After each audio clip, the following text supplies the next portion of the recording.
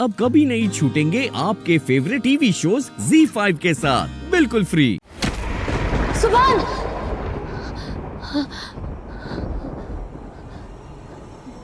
सुभान अभी तक आया क्यों नहीं? कहाँ है सुभान?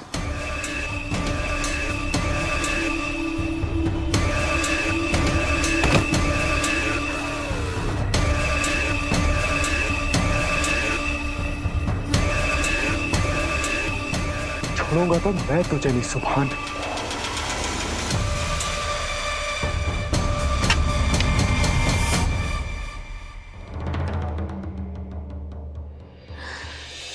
ये कैसी बेचैनी है?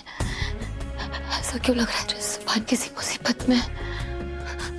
मेरा फोन।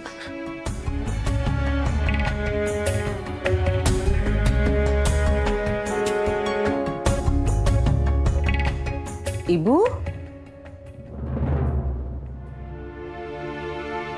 नानी अम्मी, इतनी जल्दी आ गई तू आज ऑफिस से? नानी अम्मी, मैं आज ऑफिस गई नहीं थी। क्या तू ऑफिस नहीं गई थी? मतलब तूने सुभान को मन्नत के साथ अकेला छोड़ दिया? इबू, तू इतनी लापरवाह कैसे हो सकती है? अच्छा, अगर तू ऑफिस नहीं गई थी तो फिर सारा दिन कहाँ थी तू?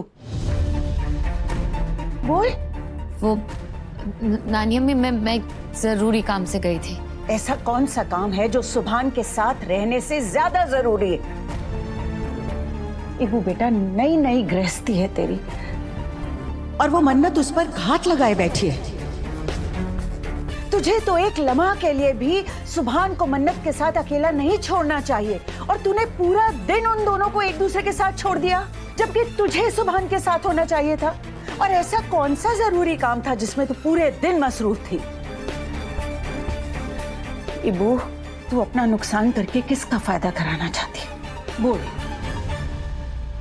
क्या हो गया है तुझे? तेरा ध्यान किस तरफ है? कितनी बार मैं तुझे समझा चुकी हूँ, बार बार कह रही हूँ, इबू संभल जा, वरना तू भी वही गलती करेगी जो दुआ कर बैठी थी। और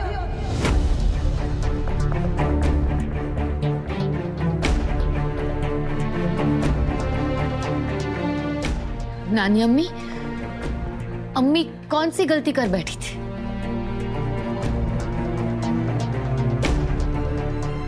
गलती मतलब कि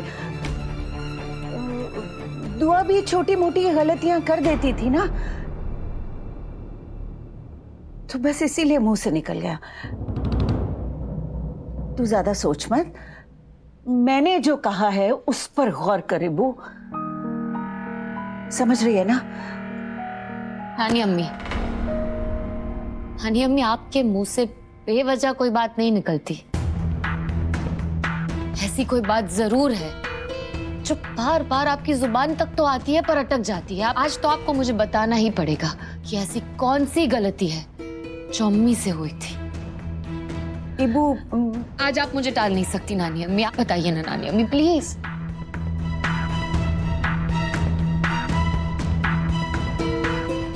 प्लीज बताती हूँ इबू, मगर तुझे मुझसे एक वादा करना होगा। तू दुआ से इस बात का जिक्र कभी नहीं करेगी।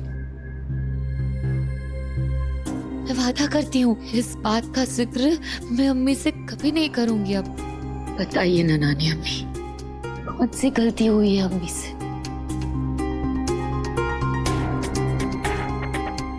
आ,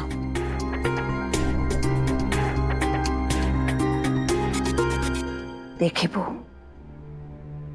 यूं तो तेरे अम्मी अब्बू के बीच बेइंतहा मोहब्बत थी, मगर वक्त के साथ साथ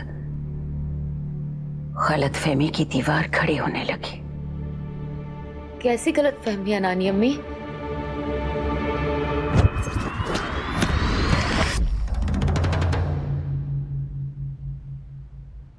बताइए ना नानी अम्मी, कैसी गलतफहमियां पैदा हो गई थी अम्मी और अब्बू के बीच में? सब्र कर इबू, मैं सब बताती हूँ। देख बेटा, हर मर्द में एक अना होती है अना समझती है ना, वो अंग्रेजी में क्या कहते हो तुम लोग? ईगो। समझती हूँ नानी अम्मी।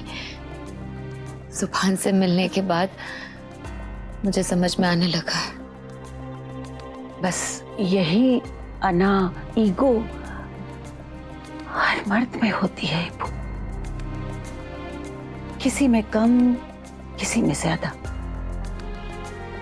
और जब मर्द को ऐसा लगता है ना कि उसकी अना को ठेस पहुंच गई है, तो फिर वो बर्दाश्त नहीं कर पाता और गलतफहमी हो जाती है।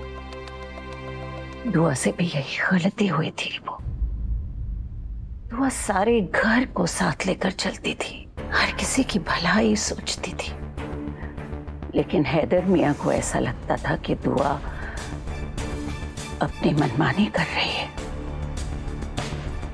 और बस गलतफहमी की बुनियाद यही थी। इबू, मैं नहीं चाहती हूं कि इस किस्म की कोई भी गलतफहमी तेरे और सुभान के बीच में हो बेटा।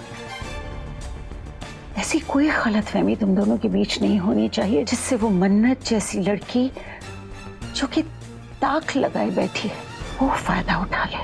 कोशिश कर कि आग और तेल कभी इकट्ठा न होने पाए।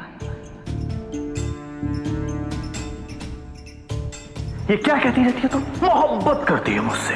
तुम कोई मोहब्बत नहीं करती मुझसे, सिर्फ दिखावा करती हो, क्योंकि मोहब्बत में भरोसा होता है। और तुम तो एक नंबर की झूठी हो। देखो इबादत, मुझे नहीं पता हम दोनों का ये रिलेशन, ये रिश्ता कहाँ स्टैंड करता है, लेकिन मैं एक बात जानता हूँ, अगर आज तुमने मुझे सच नहीं बताया ना, तो ये रिश्ता और ज्यादा कमजोर हो जाएगा। समझे? बताओ, कहाँ किए 10 लाख रुपए खर्च? आप बिल्कुल ठीक कह रही है नानी अम्मी। छोटे से छोटी गलतफहमी मजबूत रिश्ते को खत्म कर देती है। मैं जिस मुसीबत को हल करने में लगी हूं, वो मैं किसी को नहीं बता सकती। पर अब मैं सुभान से कुछ नहीं छुपाऊंगी नानी अम्मी। सुभान को सब कुछ बता दूंगी। बहुत खूब। ऐसी भी इबू अपने शौहर से कुछ नहीं छुपाना चाहिए। कहते हैं कि खुदा के बाद सबसे बड़ी हस्ती शौहर की होती है।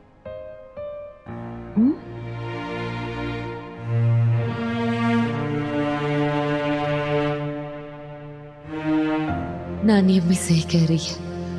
मन्नत का सच सुभान से छुपा के मैंने अपने और सुभान के बीच गलतफहमी पैदा कर ली है।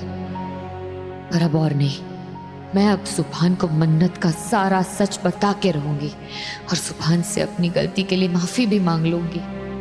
मैं अपने और सुभान के बीच सब कुछ ठीक कर दूंगी। Z5 ऐप डाउनलोड करें और देखें सारे एपिसोड्स बिल्कुल फ्री।